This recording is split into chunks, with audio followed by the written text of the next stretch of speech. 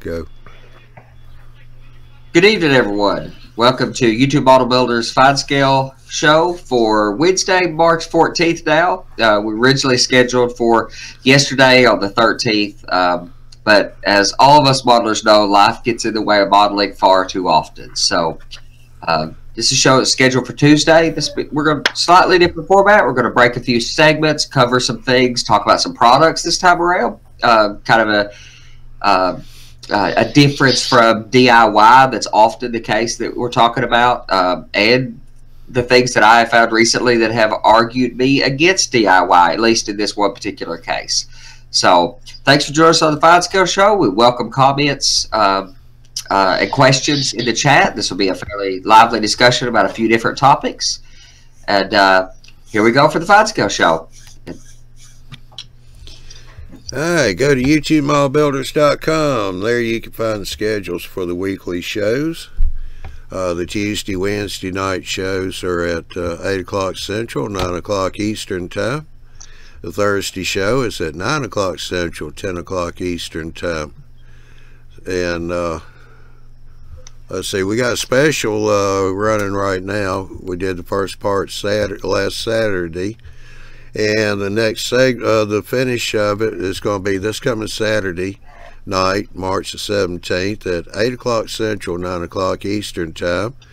That's Chris and Robert building a DCC++ system for those that want to find out what DCC is all about, what they can do, but do it in a little bit cheaper way than buying a manufactured system at a few $100s. So be sure to tune in for that. That is a recorded show like all other shows. So if you didn't catch the first part, or you don't have all your parts like some of us, we can go back and watch the recorded part and put it all together. So here we go with Mr. Andy and the Fine Scale Show. And I'm really enjoying that show. I'm really happy to see other people using that system and the take that everybody's kind of been, taken to the ++ system. It's what I use as well. I'm not against a commercial system. I've even been thinking about buying an ESU system, but the ++ system has served me well and may very well continue from here on out. So I'm really enjoying that show. All right, guys. Well, let's this time let's talk about it. What you guys have been working on lately, because we often don't get a chance to cover that stuff on here because we kind of target one specific thing. But I probably, like about all of us, have worked on a dozen things through the month. So what do you got on your workbench? What have you been working on lately, Miles? What are you up to? Well, if anybody's been watching my videos over on Model Railroad University, I've been putting this neighborhood together. I did a video on how to put TV modules inside the buildings, and I think I got the wrong picture up back there. I'll throw it up while we're talking. I did a module from engineering, and it get my thing to work here maybe. Why are you not flipping over? Come on. There we go. Okay. Give you that on the other camera here. Or maybe I won't. Let's try a different way. There. That's the little circuit board from engineering. That piece actually is about 1/4 of an inch by 1/4 of an inch. That's under my microscope camera, and it's really small. I appreciate the fact that engineering put the leads on the left side, but you've got to solder the ones on the right. The top and the bottom, top right and bottom left are where the LED goes, and then it makes the TV flash. And if you want to, you can go over to my channel over there and watch me putting those in and watch what the effect is. Then the last thing I've been doing yesterday and today is making my antennas, and I've got a new video out on putting the antennas up on top of the houses as well. Now what I have to do is I'm working here on the back side, and I've started to groove in back here where I'm out of the view. The person would be standing off over that direction. So I've got my wires coming back this way, and I'll go ahead and I'll put the landscaping in here in a minute after I get all these wires ready to go. and then I'll plant the buildings and probably scenic over these. I don't think anybody can see back here to see it, but I'll know it's here, so I'll probably scenic over it. My goal here is to bring all of these red and black wires, which are all the wires from the TV modules that I put in. I'll bring all those together back here and run one lead down in through the layout to wire them up. And then all of these black and white leads are from the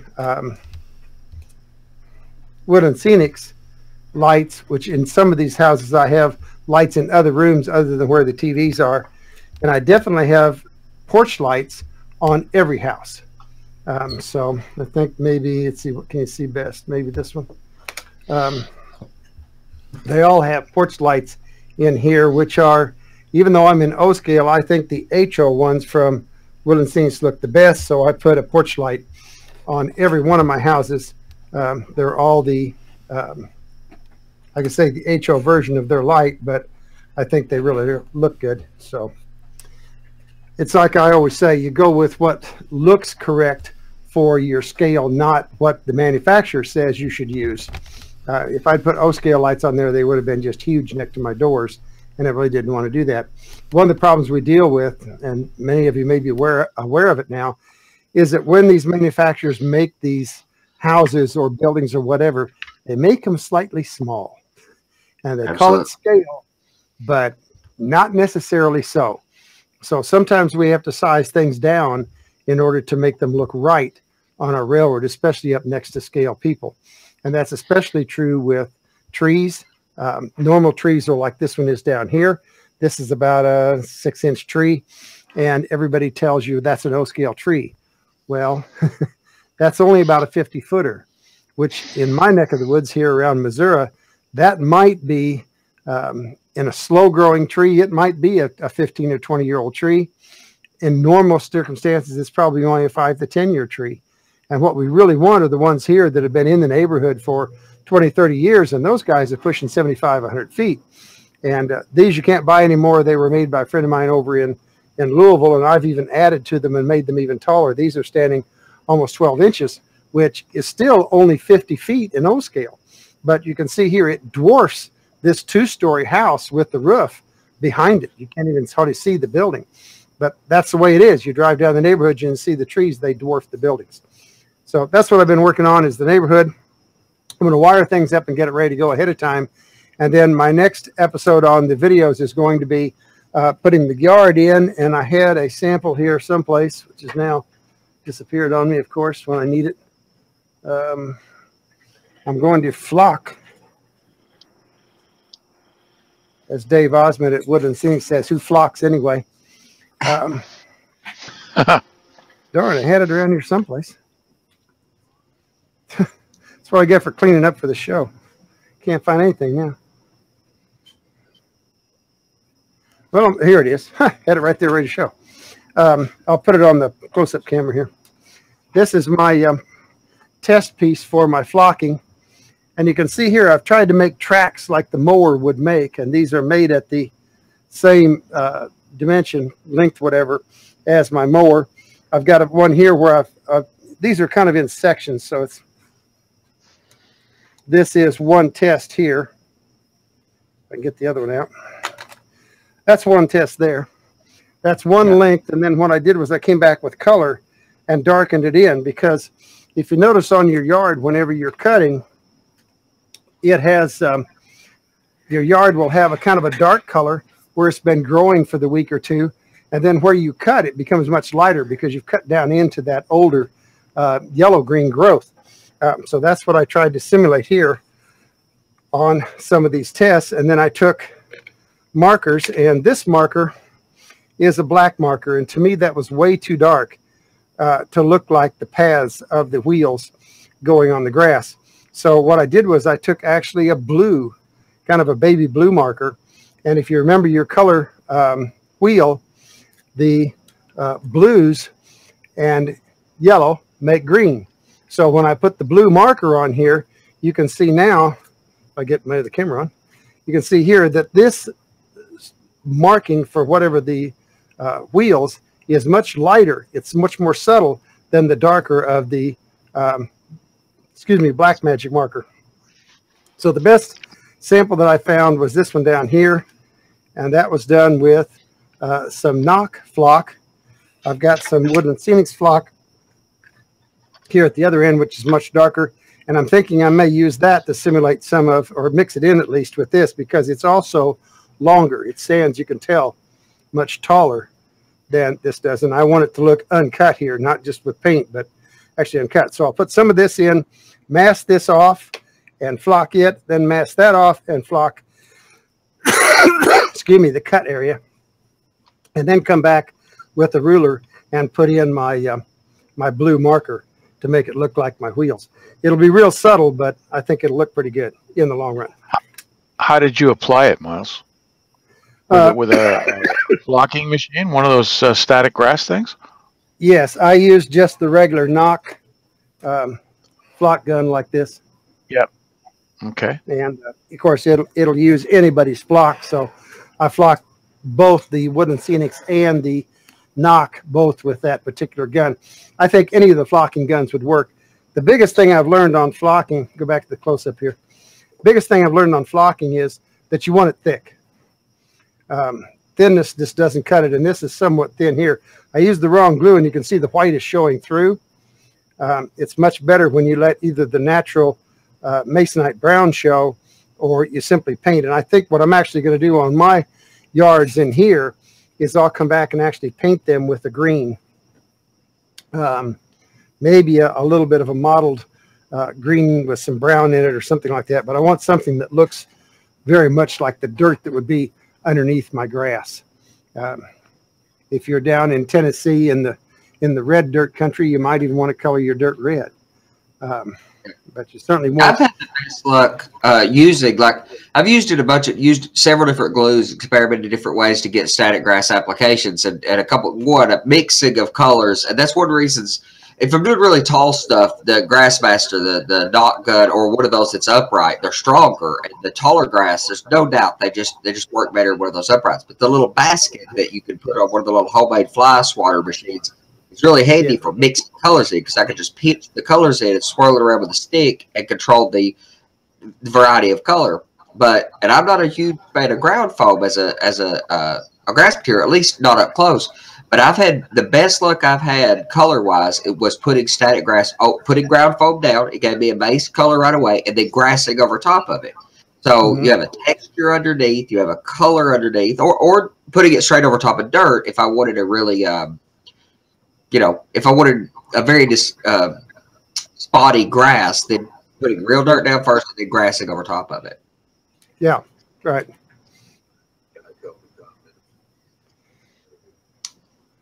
Well, go ahead, Johnny. What do you got from the chat?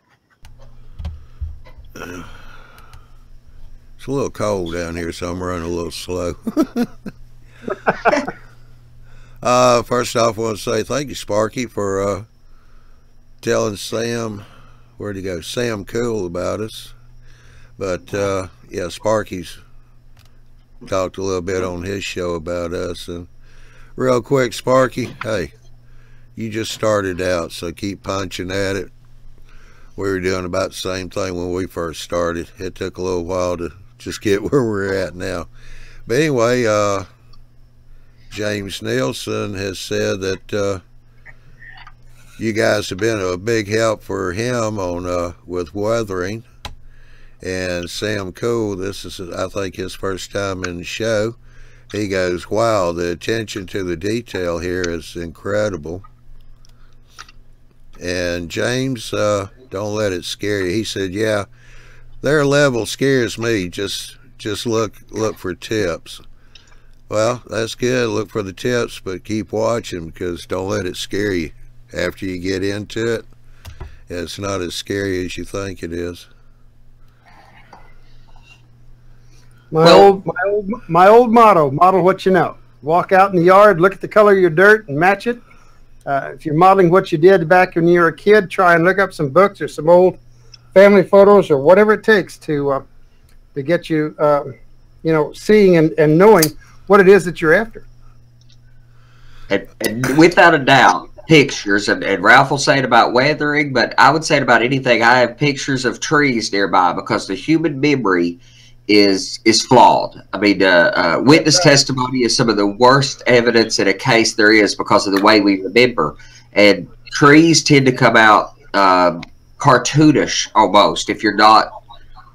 Pictures are your absolute best friend, and try to recreate. If you're, as a modeler, you're recreating.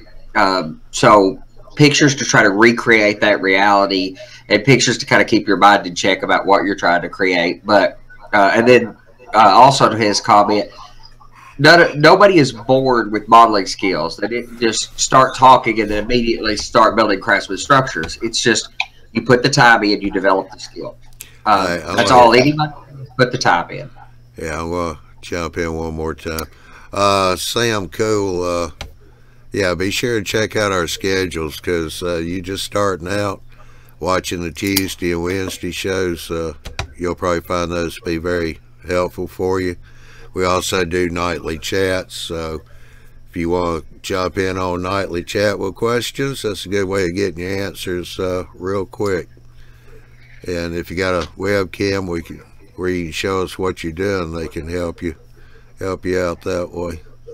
And I'll shut my mic off and y'all continue with the show now.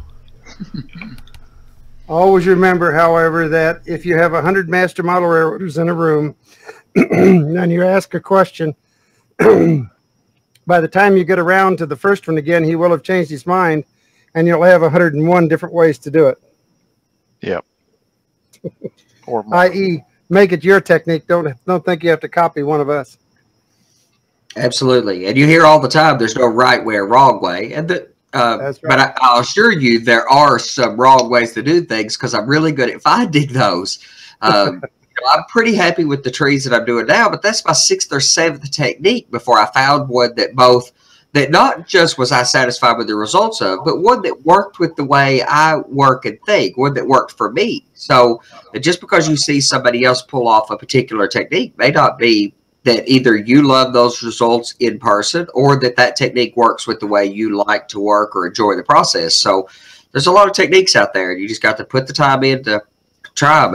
And a lot of times you waste. That's one of the things we'll talk about tonight is the amount of time I wasted trying to develop, trying to master telephone poles. That telephone poles have been a bane of my existence for a while.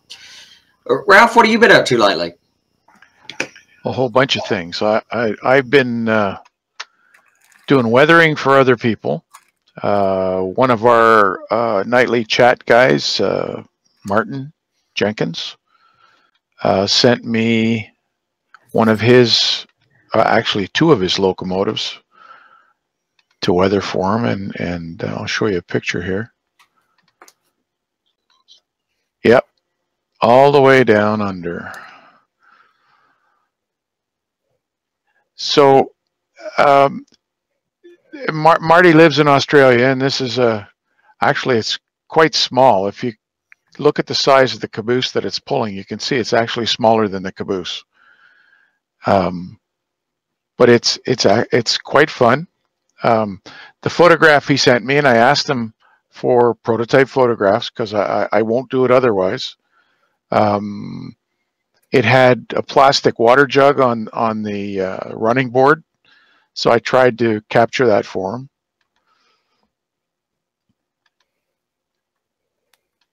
A whole bunch of other things. I've been working on, well, I don't know whether you can see in the background. We'll stop this sharing here. There it is. In the background, you can see this red engine here. It's an O-scale German locomotive that I've been asked to put some light weathering on. He doesn't want it like the one I did for Marty, but he wants some road dust and so on. So that's what I plan on doing with that. I mean, it's quite an interesting locomotive if you're into that sort of thing. It's definitely European. It has the side rods joining all 3 wheels. So I plan on dirtying up the running gear, putting some dust and so on in and around the running boards. I've already given it a coat of dull coat. Otherwise, the plastic would have been shiny. I've got the windows masked because I didn't want to take this apart. Usually when I do a weathering job, I strip it right down, take the glass out, and start weathering. I even take the trucks apart so I can do the wheels separately. The other thing, when I started doing this this Red Wing building, when I split it down the middle and I purchased this already pre-constructed, and I took it apart and rebuilt it. It didn't have the brick panels in here that I have now. And when I took it apart, the fire escapes that you see on there now, I just put them on there tonight. The original fire escapes broke as I was taking them off. So when I was in Amherst at the show, I picked up a half dozen or so packages from Tichy Trains, the fire escapes, and they're working out just fine. It works out, the size and everything's perfect. So that's what I've been working on. Other than that, I really haven't been able to, other than this Red Wing building, I haven't really been doing anything for myself. I've been doing it for everybody else, doing weathering. So Tichy fire escapes, everyone's good. What's that? Those Tichy fire escapes, I was really impressed when you were working on them one night recently. The platforms, the landing platforms for those, they really did look quite. They're actually see-through. I don't know whether you can see the grading. Yes, it's sir. See-through gratings on them. And they're quite nice, especially for being a styrene part. I very much enjoyed Miles' video where he had done the brass edged ones, and I've got some from Wild Hair. Yeah. I've got some in a pack here. At some point, that I've got a structure in the city scene that I'm working on to do those. I probably build those on a show one day, or build part of it on a show because they're spectacular. And fire escapes are one of those details that in an urban area, it's important to get right. Those really did look good, dog. Those Tichys are pretty. Speaking of which, I guess you guys see the Grantline is scheduled to shut down. I seen Ralph had shared that with me recently. That's rather upsetting. I'm a huge fan. I mean, Tichy windows are great. I love them. They look adequately, or in parity with the Grantline. But I've been a Grantline fan. I really like the Grantline products. That's really upsetting. Well, the other thing is, how many of the fine scale manufacturers are using Grantline products for their scale, their building kits and so on? Now they're going to have to go somewhere else. Yeah, Tichy's about the only other game in town, I think, that's in parity with them. The only one I know of that's in parity. I think so. Well, I mean, we've lost a few here lately. I mean, Vector Cut. I mean, that was a spectacular company. So, I mean, you have new ones cropping up. You've got, like imagine that Laser Art. We interviewed Nick Masney from there. That's a new-ish company to the hobby, some number of years. But, there's companies coming up all the time, companies going away. It's upsetting, though. But you hate to lose somebody. I mean, Grantline's been, a staple in the industry as long as I've been alive. So, that's a little bit rough.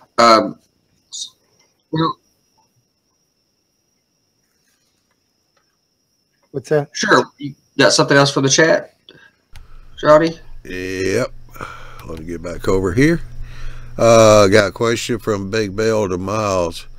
Have you ever started down one road and made a U-turn and it turned out better? Say again now? I was hoping you wouldn't ask again. I'm not a de-orker. Have you ever started down one road and made a U-turn and it turned out better? In other words, have you started doing a process and in the middle stopped and went a different direction with it? Yes, I think he was being philosophical, and yes, I have done that. I think we all have. Yeah, more than one. Well, that's how you learn too, right? You're making a mistake. There's got to be a better way, and then it forces you to find other avenues. That's right. I think we're impressing Sam Cole here. Hopefully he'll keep coming back. That would be good. Yeah, we need to go check out Sparky's show too. He's got one on Wednesday, he said, at believe, what was it, 7 p.m. I believe. So you watch Sparky's and then switch over and watch ours right after that. I don't know how long Sparky's lasts, but sure, there's more and more happening in the correlation between technology and the hobby, and it's a good fit. It's a good mesh for you know, allowing us to be in our basement modeling and social, or in my case, I wish I had a basement, but and still be social doing so. You know, not everybody has people in their area, so you can participate and be social and gain the experience of a wide audience of people or the opinions of. Technology is a good fit for us. Well, we've talked about that before. You don't, as much as I want people to come to Kansas City to the convention this summer, you really don't have to. You can sit here on any night of the week and have guys from England and Australia and, you know, East Coast, West Coast, North Coast, South Coast, and Canada. All got, and yeah, that's why I say North. And they've got opinions, you know, and telling you, you know, ways that have worked for them. Then it's only a matter of you, like I said, making it a technique that works with your hands or with your abilities. Miles, yeah, I think technology is phenomenal. Yeah. Yeah. Bill said, "Whose philosophy? Is he from Brooklyn?"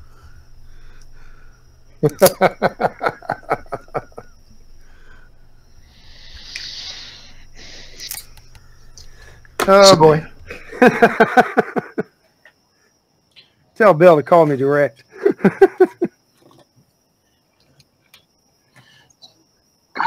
Yeah, and I've been in a kick of making trees lately, thinking that was one of the things I want to start off for the next show. So I was going to show some of the technique of how the things I've worked out for making trees the way I do. But I'm really excited about an upcoming show that YouTube Auto Builders will be putting on. Look forward to that coming out in the future. So I'm going to hold that off. But I've been working on trees lately and making a bunch more of those, and you know, sagebrush style little trees. But so I spent some time working with those lately. Also made a lot of upgrades to the layout lately. Got the skirting on around it. It's a lot more pleasant working environment. Feels a lot more complete just with, you know, with $100 worth of curtains. It made a massive difference in the experience of hanging out in the trade room. But of course, you know, you want a trade room that's enjoyable to hang out in. So I definitely agree with the modelers that say to finish the room, finish the basement, get that in a very pleasant experience to do, or to spend time. That's one thing. That was my mistake when I built this room for my son as a sound studio. We never actually finished the walls, so it's bare drywall with plaster patch on it, and I never went any further with it. And now I have a layout in the way. So I still have to paint my walls. You know, it gets really hard to make those changes, like the discussion about how to deal with backdrops, which we'll bring that point to bear in just a moment too. But it gets really hard to do now with my Toma style layout, or sectional, or modular seems like the wrong term. I think Toma is the best term for it. I didn't have the term. We didn't have that term when I started building it 3 years ago. Just recently did I actually backtrack and figure out that I'd been working on it 3 years, which is a good motivation to get moving on, because when you realize you've been working at it 3 years. And I've been working on my top deck. I've got sections up now of the top deck, and I'm starting to work on building that piece. I've got some of that around because that's critical for me to get the layout operational. Big point to point, I've got to get far enough along that top point is reachable by the railroad. So the helix that has to hang from the ceiling has got to be built right away so that I can get to an operational condition. And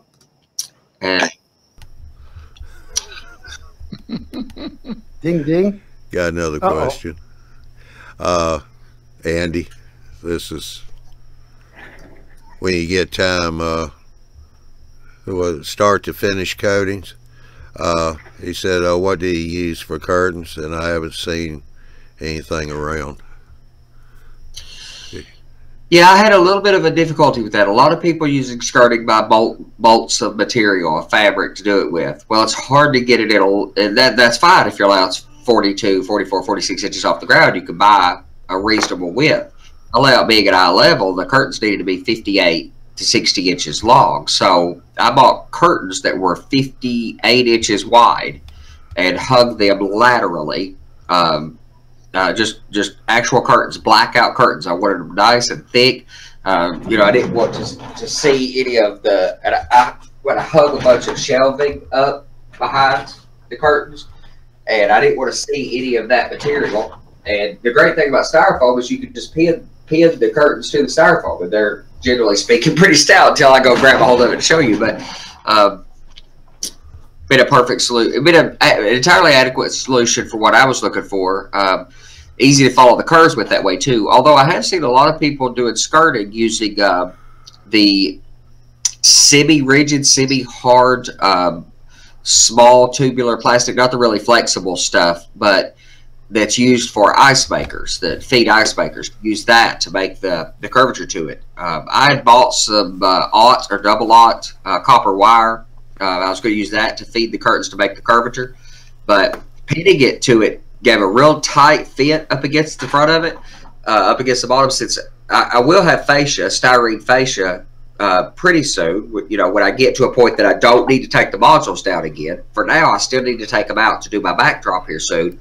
But I've got to get enough of the top deck along that I can even make the decisions about the backdrop that I want to make. And my backdrop is going to go up against the shelf brackets, and curve out at the top. So, and I'm going to use 4x8 sheet styrene. Or I may use that Citra stuff that Miles has been working with and having such good luck with, and just reach out to that fella and have him print the backdrop directly into the styrene. I'm still kind of playing with a couple trade-offs with the Citra would be nearly indestructible, or photos on top of styrene I could hide the seams better, but it's not nearly as indestructible. And then your backdrops are reusable, removable. They could go with the layout when the layout moves. Actually, anyway, with the styrene will allow the backdrop to go. And I originally planned on using sheet metal, roll sheet metal, pre-painted roll sheet metal, but that's much harder to take with me. It's in a much larger piece and a lot harder to get that curvature out at the top, whereas 20,000 styrene to be a lot easier to get that curvature out and to make the coves in the corner.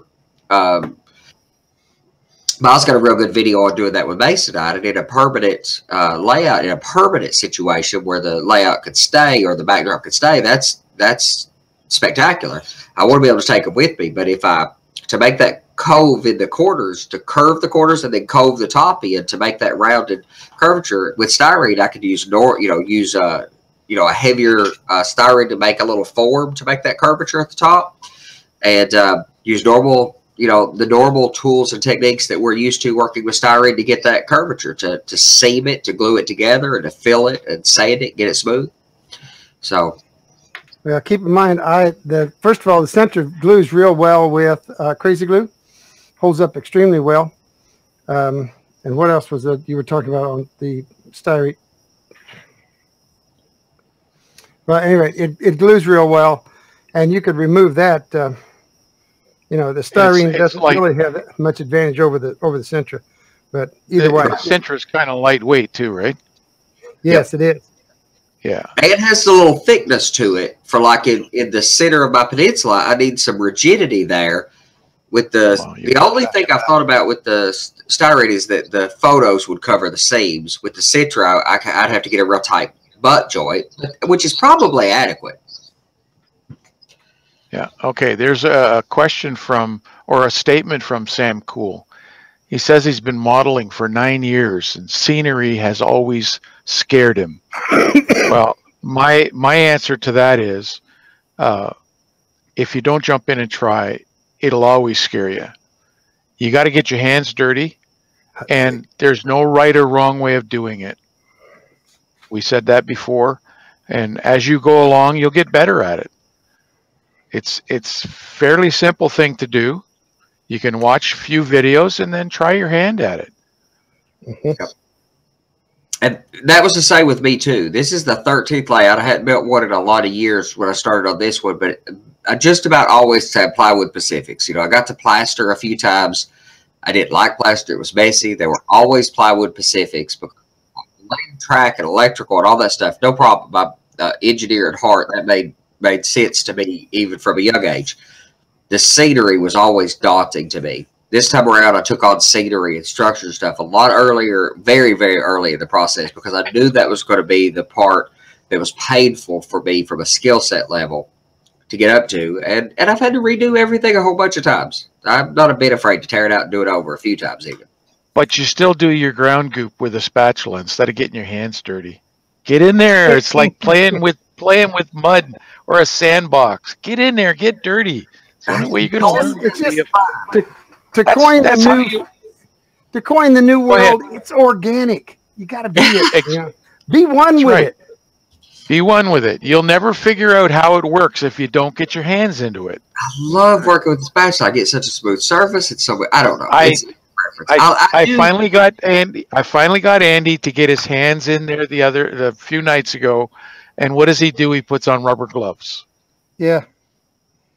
Well, I don't love getting dirty.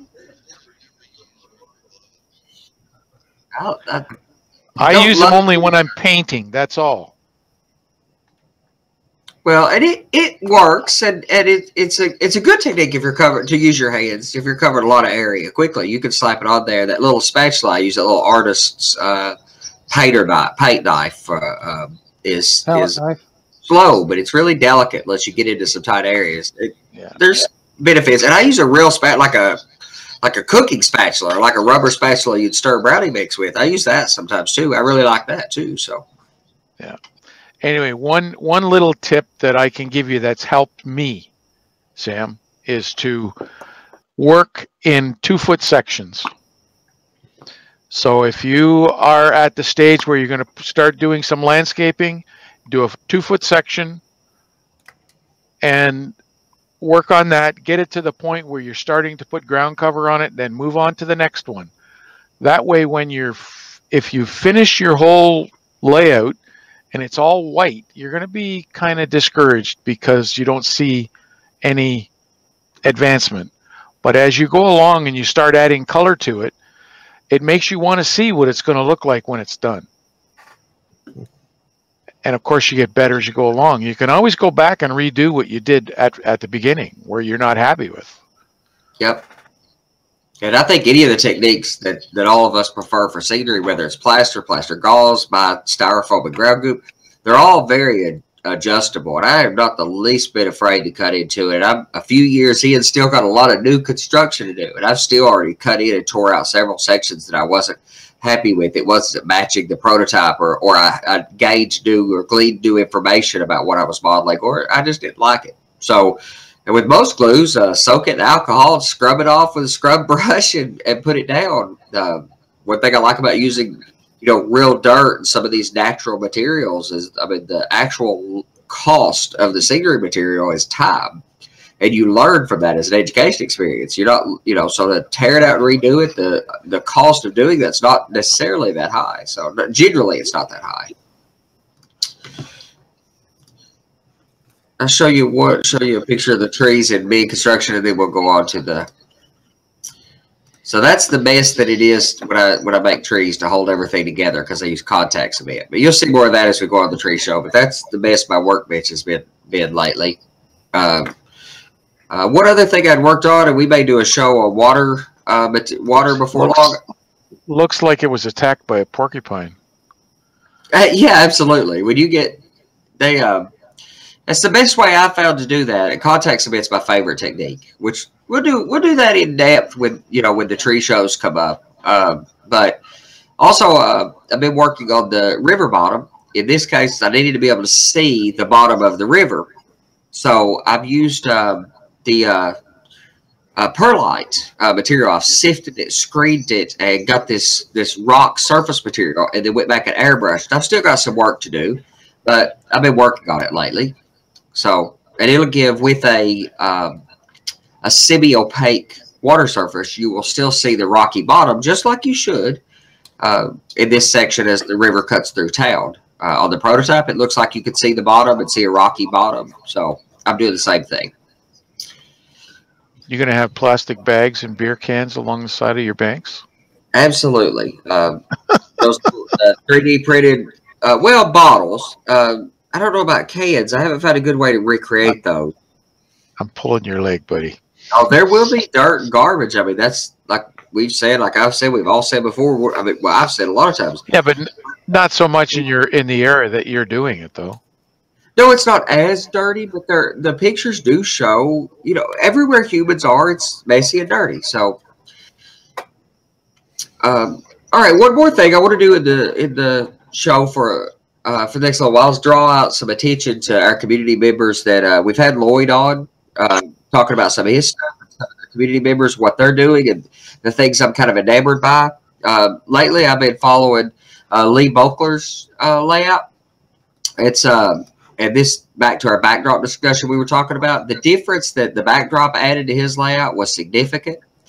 I've really enjoyed following his Facebook. I'd recommend, you know, any of us modelers to go follow him on Facebook on G+, and take a look at what he's doing. His small switching layout. I've really enjoyed following it, especially lately. It's really made a lot of progress lately, and it's just a really good looking. It's going to be a really nice layout that Lee's producing, and the backdrops just absolutely changed that layout in my mind and made it. You know, you're looking way off into the distance. It gives you that effect.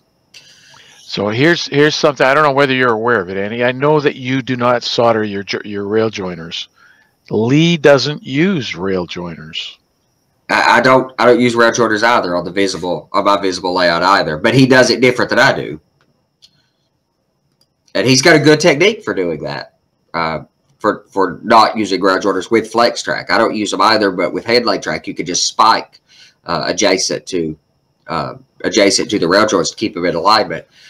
And I can't stand the look of the rail joiners. It just destroys the illusion for me when you have up close photography. Rail joiners are just, and then when you spend all this time to put fish plates on or bolt plates on every scale 39 feet, every 5 inches or so, a little over 5 inches, and then you see a rail joiner there, it's just really difficult to hide. I liked Miles' technique he showed in one of his videos where he cuts them in half, so he's got a lot smaller piece to actually hide.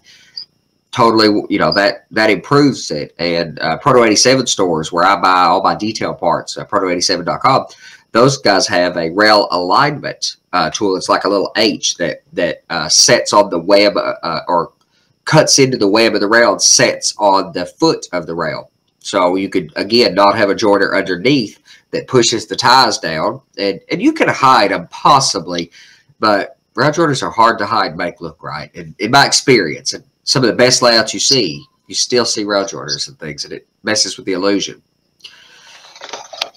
But that's community spotlight for this month. I've been really enjoying following Lee's progress. But so this show will be slightly different because I'm basically arguing against DIY in at least this case, and there's plenty of cases where that's the case. If it's right to make it, there's times when it's right to make it yourself, and you'll get better results. I fought tremendously to telephone poles are an important detail, period. Something I like that Joe Fugate says is in his quality of run discussion, he focuses on you can get away with a layout that's not scenic and still enjoy operating it. The things he talks about is, you know, good quality, everything running well, you know, slow speed, no derailments, that kind of stuff. That's obvious stuff. And he's got a great series of ebooks on that, Make It Run Like a Dream series that I've thoroughly enjoyed. But he talks about the quality of run, having the detail right along the right of way. So if you have good running, everything, and then you have it, you know, ballasted and the detail stuff right around the track work, even if all the, you know, if you're missing structures, your scenery is not complete on the rest of the layout, getting the stuff right against the track work right. Telephone poles are critical. And for my layout, they're a lot. They should actually, in a lot of places along mine, they're on both sides of the right of way. I had a hard time working with that. I built them a lot of different ways. Let me show you some of the things I'd worked with. So I built poles, my first effort, and I had, so I started out thinking that I would use beads of various kinds. Actually, that's the green ones. The smallest beads I could get, and they're tiny. And I started working with those in a selection of colors because they were in a few different colors on the prototype. I was going to mix those up. And I wasn't happy with the results. They didn't look good close up. And then I started working with these. These are 3D printed 3D printed insulators, and they look like, well, yeah, they come in strings like this, and they come in white, of course, like in 3D printed material. I painted them with a semi-opaque paint that I had a hard time getting to stick, and this is just a string of them, a bunch of them on a sprue, and they're they're an insulator, properly sized, etc. But it changes so much to make them work. The actual top arm had to be so large to make the insulators work. And the insulators are really hard to make rigid enough that they'll stay on there and hold up to the easy line wire that I was going to put on. I could not get, and this was about my third or fourth technique to get here. So then I decided and moved on to using Rick's Products Rick's Products tops, and using a skewer stained and with some texture added to a skewer for the pole, which is just about the right size. It's it's not off by more than an inch or two in size. Looked really good. And then using the Rick's Products tops that I painted the cross arms silver, because on the prototype they're little metal brackets, and paint the insulators and stuff. And these were okay, not awful, and I would use them in some cases, but you're still only recreating one particular part of it, and they're not very solid. It's really hard to get this plastic to glue to the wood in a very rigid way, and you don't get much of a contact surface. With the round pole, the contact surface is really quite small. So even with epoxy, unless there's enough epoxy on there that there's a spot behind it that it has a good flat surface, it just doesn't get a good surface. And holding up the easy line, the part I was having was the plastic break away from the pole. So, and eventually, if I had mastered that technique, we would be showcasing, whatever I found to work. Well, this is the argument against them. The unfortunate thing is Rapido has dropped this product. I'm hoping that enough of us start hunting for them. Maybe they'll bring this product back out. This is spectacular enough that I'm focusing the technique part of this week's show on this product. Because this really argued against my desire to build stuff myself, because this product's so spectacular. I mean, even the packaging is incredibly impressive. So packaging with this comes with this set of spools to spool off the easy line flexible wire. The wire is flexible; it won't break. It slides between the poles. So you take the poles out and set them. This is about 16 feet worth of poles. 13 or 11 regular poles and the 2 end poles with double pole arrangements. I'm going to build a platform, and we'll talk about some of the detailed parts in just a moment that I'm going to use. But as you set these, the wire spools off the spool. And that's an amazing packaging that works the way this arrangement does. I am incredibly impressed by what they've done. And the insulators are right. It's just right. I can't find any reason to build it yourself when the product is that superb. Availability is a little bit of a problem. Now, detail parts for power lines.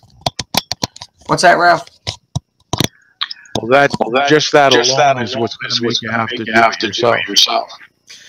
I know. Yeah, there's still a lot available on the market. You can still find a lot of them. So we'll hope that holds out for a while, because it's really spectacular. Detail parts for these. So I'd started out using, and I've went back and took them off the poles I had. Actually, I've been taking my poles out and getting ready, because I already had poles mounted. I just hadn't strung them up with wire yet, because I hadn't been able to get the cross arm to be rigid enough.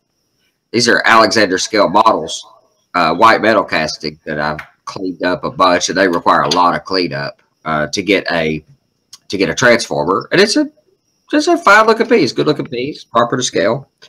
But I've moved to using these 3D printed ones and I'll share in the comments after a link to where these are on Shapeways.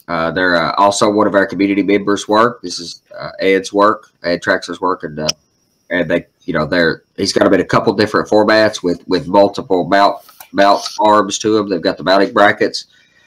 Also, he's got various kinds of the insulators that go on the top in a string, so you can make up the types of insulators that belong on the top of the poles.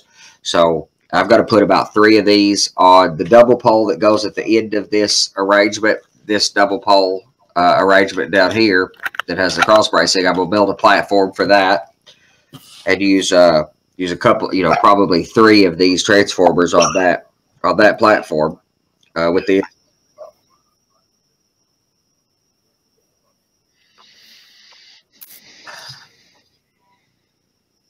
Well, yeah, well, that'd be easy to cut off, but I've looked at a bunch of prototype pictures.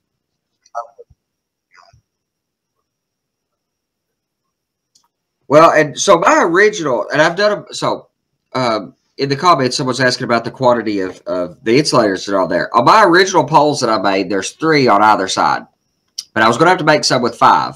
I've seen them in both ways in the pictures, appropriate to the era that I'm modeling. Pictures are your friend. Look at, the real world is the real world is what matters. I needed some with 3. I needed some with 5. I'm going to modify, actually, you get some of the independent standalone poles with the kit as well. And it's easy line, so you can string the line yourself between these as well. And I can cut some, and they're made in such a way, these are with the spacing here, so you can cut a few of these off. Also, I've got to make some of these. That's why I had this one out loose. I've got to cut some of these up because on my prototype, they had an arrangement that was like that, but the top arm is about half as wide. So I've got to cut some off of each end to make it. So it's just, you match the prototype. Match what you see in the pictures. Or if you're not modeling a specific prototype like many, if not most people are, try to get close to the era. And depending on how much you care about the fidelity and how far you get, but I can't reproduce something as quality and detail as this, and these have holes through them for string easy line. I can't reproduce that. I've tried with numerous techniques and I can't get that close. I can't find the components and can't assemble them in such a way that they will hold up to the rigors of being installed or existing on a layout for a while. Oh, those are awesome, Miles. Tell us about what you're doing there. Can you hear me? Yes, sir. All right. We're trying the mobile camera on wireless, so I just want to make sure. These are the poles I did for the original street scene that we did on Trainmasters 2 or 3 years ago. And these are just dowel rods. They've got a brass rod in here for the support. These are standard green beads. I mean, it's pretty standard all the way along. I do have an attachment up here that I can put my wire on for the ground. And then I have 3. Somebody was asking about 3 or 5. I did 3 because that would be a standard to me anyway. 3-phase setup. This is pretty light wiring for a city. They often had multiple poles at different levels and a lot more wires, but I'm just going to run 3 across here. And I'm going to use the stuff from Berkshire Valley, which works for both HO and O. It's the nylon line or the stretched line. Easy line. Easy line. Yeah. What's that? It's called Easy Line. Easy Line, yeah. And if somebody touches it, it springs back. It doesn't ruin it. So I'll use that. I've got some books on prototype wiring from back in the 50s and 60s, and I'll try and come in here off of my poles and do a realistic drop of wires back in with a realistic attachment then on the buildings. Some of them I may do up the alleys and some of them I may do here on the main street. But we'll try and do some kind of a representation of the wires coming in. Don't know if I'll have it done by convention, but the poles are there at least for now. Well, those are spectacular. And it's another example, and you do this to me all the time, Miles, another example of what the envy I have for being an O-scale modeler like I was once and like I would prefer to be. Don't have the space. I just don't have the space, but boy, I'm envious of being able to work in that scale. Don't know if my microphone wire will reach there. Anyway, you were talking about backdrops. That's backdrops. The backdrop buildings. That's Stewart Hall, which is a landmark building here in Kansas City. The building next to it as well, and Nelly Don next to that. They're all, everything here in the bottoms. I've tried to recreate the Kansas City bottoms. Everything here is a photograph of an actual building from the bottoms. And all of them done, as you said, on the Sentra. Can't beat that for prototype modeling. I mean, a prototype of a picture of the real thing. It's pretty hard to get closer than that. Well, we always try and take photographs, as you said earlier, and use the photograph to model by. And I'm sorry, but the model in the photograph, or the actual building in the photograph, is already weathered by Mother Nature, so it's hard to beat. Yeah, I think the Sentra I'm leaning toward the Sentra as being the best mechanism for. I mean, the photo quality is spectacular, as is evidence in what we see on screen now. So, I mean, it makes an obvious background material for the mountains that I need in the distant background on mine too. Just having them printed directly on Sentra. I don't think the vacuum adds anything to it, though. But other than that, oh, that's the way to do it. Background structures, without a question. But even for just backdrops, distant mountain backdrops, I just like the idea of them being on a panel like that, separate panel. Yeah, it's pretty hard to beat. It really kind of has to see. That scene back there in the back left is where I've torn out the neighborhood, but that'll come back in again here before too long. And when you did those, Miles, you did them on slightly different plane, like one's a little out further than the other, or are they all the same? Yes, and I don't know that I talked about it at any one point, but you're good to pick up on it. One thing, you know, when you do this, you're kind of experimenting. Anytime you're working with a model railroad, you're trying to learn. And one thing I learned was that you're far better off, and I'll try and get something to point because I can only go about 2 feet from my. Like I see the one in the corner. It looks like it has a side wall to it. The one back here. The one just over your pencil. Right here. I see that. Yep. Yes, it's out about 2.5 inches. So is the white one. So is this one.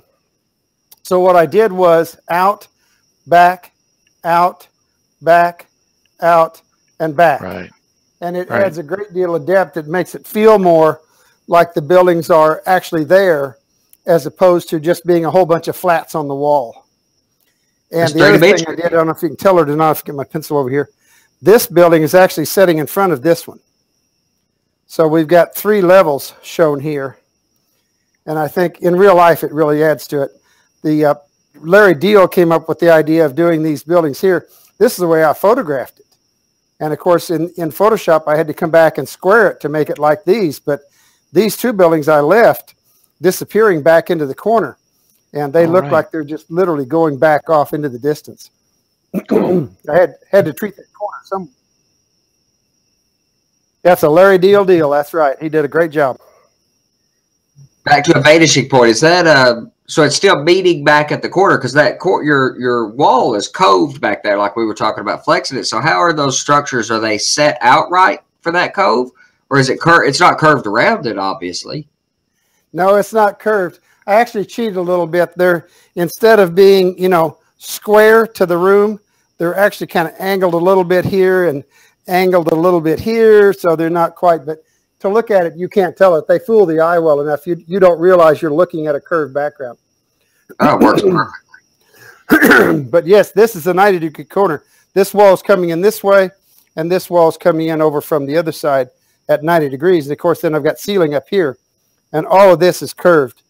And the camera is really doing a great job of picking up my compound corner here, but the naked eye, I see it, and it's perfectly even. I don't see that shadow that you see in the compound corner. Looks better in real life, in other words. Oh, absolutely. That's what a coving corner is a spectacular way to do it. It's another reason I'm kind of in love with this, with either the raw metal or the styrene or the Sentra mechanism. It's really easy, especially in my case where I want to be able to remove them, to have that coved corner. And that, you know, having a 90-degree corner just really messes with the delusion or the illusion of distance that you're trying to get with backdrops. Yeah, if I take the light away, why, you know, it really adds to it. And I did use the same thing you did.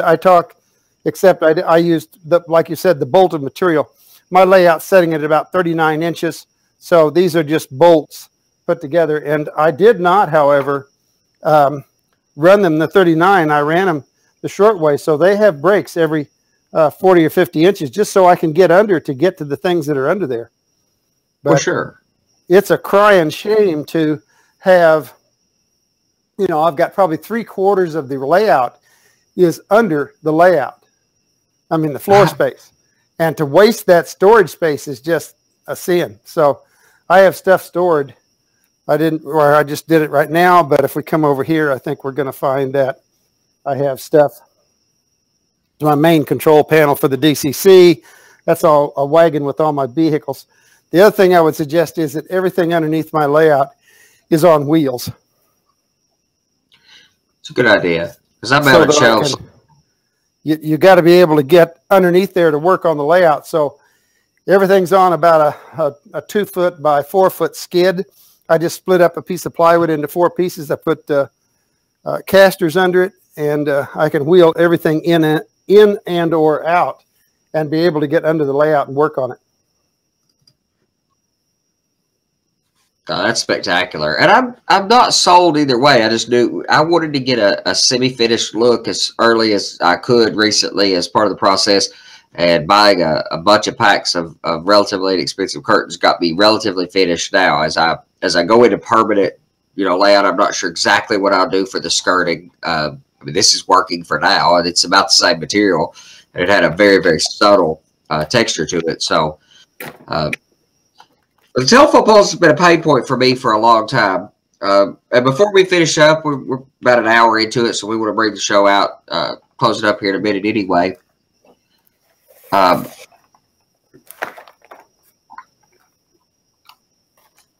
Sure, Johnny. What else you got from the comments before we wrap this up with the last comments?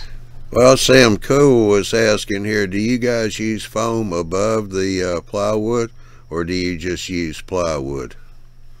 Imagine he's talking about the bench work. Sure. That in my case, there's not a stick of wood in this room, actually. I don't think there's anything. The only thing that's close to wood in this room is tree trunks and scenery on top. It's just styrofoam. There's nothing in here but styrofoam. I mean, the layout's styrofoam setting on shelf brackets, and there's nothing to the thickness of it. There's just a shelf bracket, and it's got shelf brackets every stud in the wall. So, and then the styrofoam modules. But in my case, with the Appalachian Mountains that I'm modeling, it's quite tall. I mean, 7/8 pieces of styrofoam, and it gets incredibly rigid with the laminates of styrofoam. So I haven't so far needed wood. When I started out 3 years ago, it was entirely an experiment. I wasn't sure it was going to work. So I left myself flexible to go back and build a wood framework and set styrofoam to it. I've got a weird technique of actually building that would take a little while to explain, but I've even got a mechanism. So I've even got it designed in such a way that when I expand the layout and when I build a new house in a few years, so that I can actually take the track work's all pseudo-sectional on Hobo stone. I will set that out and build the wood framework that holds it all up through the whole rooms, and then I'll cut where the track work goes and put my track work, my Hobo stone, my track work that's built, put it on risers or on spline, and then cut the layout right there underneath the track work and set the two sections on each side of the track, set them right back up against the track work on top of the wood construction. And that way all my track work is on a wood subsystem for the new layout. But I could pick up one of these modules, 8 foot by 4 foot module, 2 foot wide at the deepest, but pick up an 8 foot module and carry it out of here almost one-handed if I could get a hold of it. They don't weigh anything. It's just styrofoam with some scenery goop slapped over top of it. And I've been happy enough with the results. What are you using, Miles? You've got a wood substructure with styrofoam on top, of course. Well, my entire railroad, the railroad, is built on plywood. I used basswood for the framework, and I used Baltic birch for the decking. But I only have one area, and that's the area that I showed there at the end with the city buildings and the neighborhood that I'd taken out. It's the only area where I have foam, and that will have between 4 and 6 inches of foam on it, just because I wanted some area that wasn't all just dead flat. But I laid the track this time just directly on the wood, ballasted it directly to the wood. I didn't try and do anything fancy with even road bed. So I'm 180 the other way. Normally I would have laid on plywood with Homosote, but this time I got lazy. I just said I'm going to throw it in on the deck and call it good. I used to be an advocate of using Homosote because it had some sound deadening qualities. But anymore, when we've got almost every engine has sound in it, you're not going to hear anything coming through the layout anyway. So to me, it was kind of a waste of time. I would agree with that. And I have to say, everybody around argues with my philosophy on layout construction. It's a hotly disputed topic. Me and Ralph are growling about it back and forth in good humor, good faith about this too. And like I've always said about it, it was entirely an experiment. The fact that it worked as well as it did without any modifications to it as the years have went on still surprises me.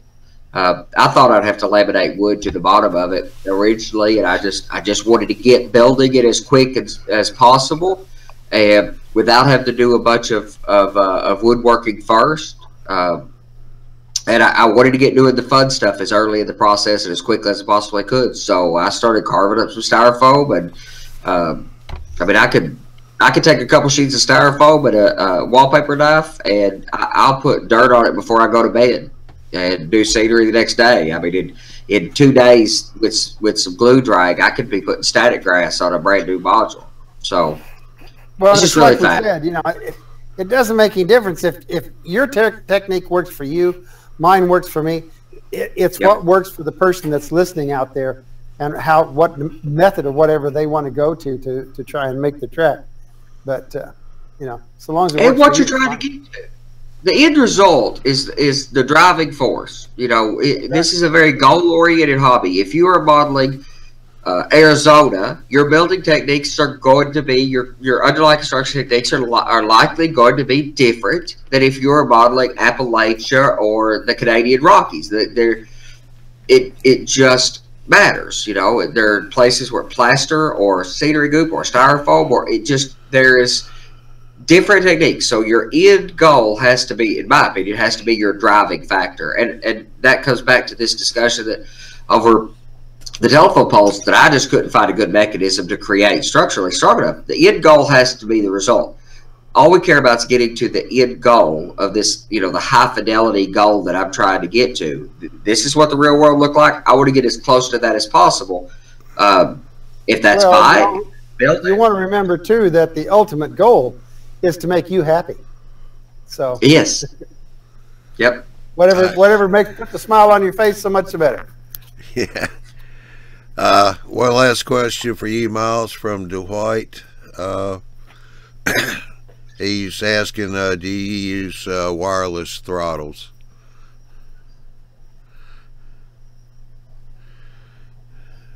Okay. No. I'm back.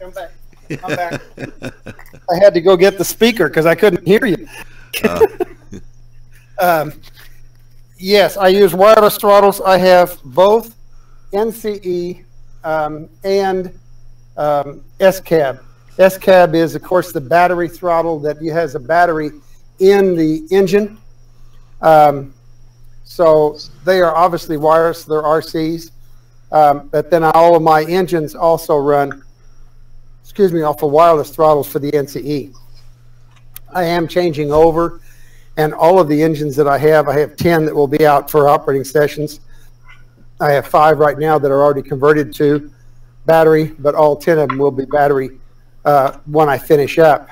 And the NCE will be used only to power the layout tracks, to recharge the batteries in the engines, and to run any accessories that I have running off of accessory decoders or whatever on the layout. So the NCE system will not be running the layout as such. The RC system will actually run the locomotives themselves. Yeah. All right, we'll get one more in, Sparky. He says, so before you lay some track, if you are just starting out, what should be prepared first before laying the track, or do scenery all afterwards? You want to try it? Well, it's what the right fit is for you. I've heard the argument for many years. I can't disagree with it. I just don't enjoy the process of doing it this way. But I've heard the argument: build all the bench work, lay all the track, wire all the track, run it for a long time and operate it, etc., and then build scenery. Well, that's great if you know exactly what you want to get. In my case, again, being goal-oriented, I couldn't be sure about it because I was looking for something I had in my mind about how the scenery and track integrated. And I was looking for using the scenery a lot to control viewing angles. So I've got a lot of really tricky spots on the layout where the scenery forces you to view it in certain ways. And that's not just for viewing. Like my layout's only 2 foot deep, but I've got one spot where you can stand in front of a bridge and you look right, and you've got one spot to stand there and view it a few feet wide. If you look right, you've got 7 foot of depth up a valley with mountains on both sides. And you look left, and you're looking as the track cuts through the trees, and you're looking 6 or 7 feet back. I couldn't create those viewing distances on a 2 foot deep layout unless I controlled viewing angles. So I built scenery first. I mean, I've got much of my scenery is done where there's not track yet, but I can do that because my track work sections are removable homo sub road bed that I bring back to the workbench and put the track on and then put them back in place. So it's a really variable question, and I can understand the merits of doing all the track work before you ever touch scenery. In my case, I couldn't make key decisions about the track work until I got enough of the scenery far enough along, and it seems contrary to the prototype to do all the track work without having any idea about the scenery and then just trying to fit the scenery in. In my case, I cared more about the scenery than I did the track work. I made a lot of compromises to my track plan, stretching things, deciding to model less of the track work that I'm trying to recreate, so that because the ultimate goal was to have the scenery like it is, the scenery that dominates the trades. That was the most critical thing to me. So it's a matter of what's most important to you. I mean, and what's your end goal? John Allen had the argument way, way, way back that he wanted to have all the scenery in place because if he couldn't get to the track to maintain it, it was a waste. So he put the scenery in first, and then he came back and he made sure that he was able to get to his track to lay it. That's one philosophy. I really agree with Gil Freitag, a model railroader down in Houston, who I really consider to be an extremely intelligent observer and model railroader. And what he always said was, put the track in. Doesn't make any difference where you put it in before or after the scenery, but put your track in and then run it. And when it's running right, ballast it. Ballast in the tunnels, ballast on tops of deck bridges, ballast yards, everything. Because that ballast cement, the ballast and the cement, once they go in and they dry up, they are going to absolutely lock that track down firmly and keep it running.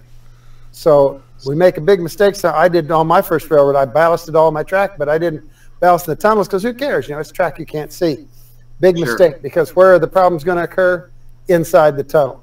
So when it's all right, ballast everything. Don't hold back. Put that ballast cement everywhere and lock that track down. As to whether or not you do scenery first or scenery last, that's kind of a personal call. I do agree with John Allen. You do need to get to the track to maintain it. If you can't get to it, you've made another huge mistake that you're going to regret down the line. But the other one is make sure that you ballast once it's right. Absolutely. Well, and we actually run a little longer than the hour that we're kind of targeting tonight. Got some other things that we're working on for this, but thanks everybody for joining us on tonight. You got any last comments, Ralph or Miles? No, I'm good. Just keep plugging away, guys. Good idea, trainer. Let the trains put a smile on your face. Yeah. Yes, sir. All right. Thank you. Thanks so much for joining us. We'll let Johnny take us out. Okay, wasn't expecting that to be so short and sweet. All right, go to YouTubeMallBuilders.com. There you can check the schedules for the weekly shows. Tuesday and Wednesday are at 8 o'clock Central, 9 o'clock Eastern Time. The Thursday show is at 9 o'clock Central, 10 o'clock Eastern Time. And this coming Saturday is going to be the finish of the DCC build, DCC++ build. Chris and Robert are going to be nailing me for that one. They're going to finish that build up this coming Saturday night, and that show will be at 8 o'clock Central, 9 o'clock Eastern Time. And with that said, we got the Johnny Mall Train Talk show tomorrow night, which will be 9 o'clock Central, 10 o'clock Eastern Time. Appreciate everybody coming in tonight. Appreciate the new guys being here. Hope you come back. And with that said, we shall see you tomorrow night. So everybody have a good evening.